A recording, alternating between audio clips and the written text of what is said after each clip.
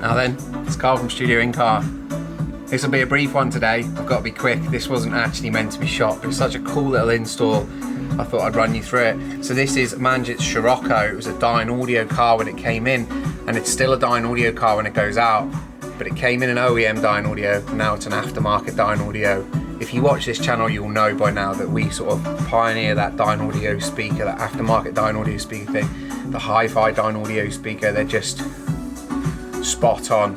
But yeah, let me run you through this Scirocco.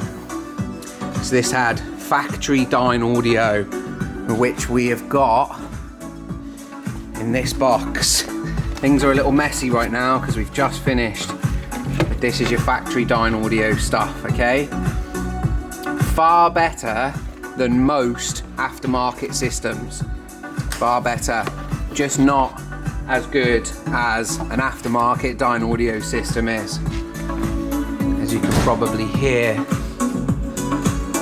we have a huge uplift in clarity, power, plenty more mid-bass in there. We've got the DRC AC, controller there, lovely little thing.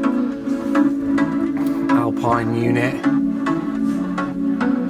And our DSP amplifier is underneath the seat. This time around we're using Audison's AFM 8.14 bit, so we've got an active tweeters and mid-bass up front, active tweeters and mid-bass in the rear. The client likes a surround sound. We'll turn the tweeters down a little bit to keep things nice and warm.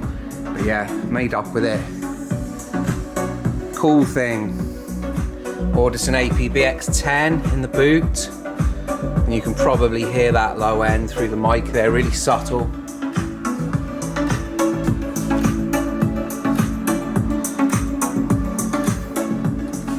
Nice car this. Swapping Dynaudio for Dynaudio in this Scirocco. Take it easy guys, if you've got a Scirocco, give us a shout, or any VW with a Dynaudio upgrade. They're a good OEM upgrade, but they're nothing on an aftermarket Dynaudio system or one of ours. Bye.